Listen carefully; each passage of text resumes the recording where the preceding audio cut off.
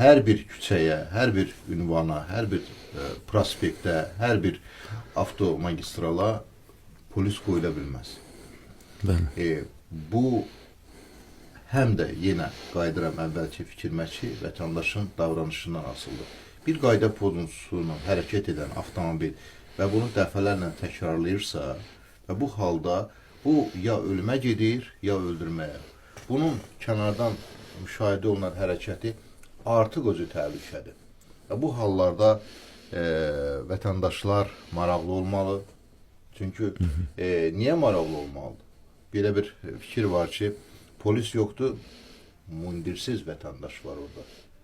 Buna görə bu günləri 102 zəng mərkəzində daxil olan müraciətlərin ümumi təhlili, analitikası aparılanda məlum olur ki, bu zənglərin, xüsusilə müraciətlərin qeyd edək ki, 3 milyona qədər müraciət daxil olub ki, onların böyük əksəriyyəti vətəndaşı narahat edən hallardır.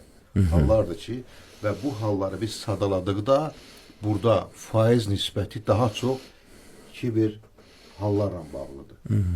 Və vətəndaş narahat olur, ona dəyən zərər bir tərəfə. Dəyən zərərdən yox, vətəndaşa hansısa bir zəng gəlirsə, ona bir mesaj gəlirsə, vətəndaş artıq narahat olmağa başlayır. Bəli. Bu, ayrı-ayrı şəxslərin adından edilirsə, ayrı-ayrı təşkilatların adından edilirsə, burada da narahat olmaq üçün kifayət qədər əsaslar var. Və məlumat veridə yoxlandıqda məlum olur ki, hansısa aldatmadır, hansısa dərarlılık halıdır. Ona görə indiki dövrdə vətəndaş daha çox diqqətli, yenə deyirəm, məsuliyyətli olmalıdır ki, bu onu narahat edən, onun ailəsi narahat edən, onun qohumları narahat edən halların aradan qaldırılmasında polis orqanlarını təşviq etsin. Və burada bir nüansı da xüsusi olaraq qeyd etmək istəyirəm ki, yol hərəkəti təhlükəsizliyi ilə bağlı, xüsusilə piyada vurmalarla bağlı bəzi hallarda sürücü piyada ilə hansısa formada xəsarətin yüngül olmasından dərəcəsindən asılı olaraq hansısa formada razılaşır. Və sonradan o sürücü o piyadanı köməksiz vəziyyətdə qoyur. Və üzə deyir ki, sənin müalicəyə götürəcəyim üzərimə, sənə kömək edəcəyim. Amma sonra piyada razılaşır bununla. Və sonradan polisə və yazdığı izahatında ki, o sürücüdə hər hansı bir şikayətinin olmadığı, hər hansı bir tələbinin olmadığı aydındır da, prosesual icraat prosesi və cinayət işinin başlanması üçün, rədd edilməsi üçün əsaslar yaradır. Və sonra baxırıq ki, bu vətəndaş o qədər incidilib ki, və polisə vaxtında bu məsələni çatdırsaydı, onun çətinliyi olmayacaqdı. Ona görə burada bu hüquq qaydası işində 2 vur 2 4 deyil. 5 ola bilər, 15 ola bilər. Çünki burada tərəflər var, qanun var, prosesual icraat var.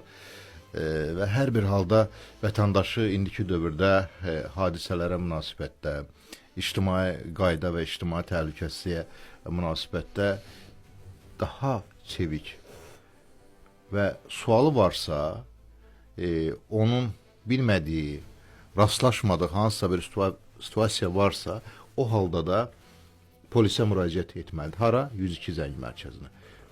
Telefon yoxdur, sosial media hesablarından müraciət edə bilər. Polis Azərbaycan səhifələri, açıq platformalarımız 24 saat fəaliyyət göstərir ki, hansı sualı versə... Yəni, onlar da 102 xidməti kimi operativ şəkildə cavablandıracaqlar. Təmin olunur.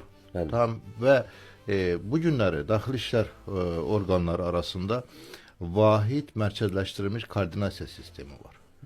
Və bu koordinasiya sistemindən aidiyyəti üzrə idarə, şöbə, baş idarə, ərazi polis orqanları ilə əlaqəli olan dərhal öyrənilir ki, burada vətəndaşın bu məsələ ilə bağlı müraciətində bunun təfərrüatları nədən ibarətdir?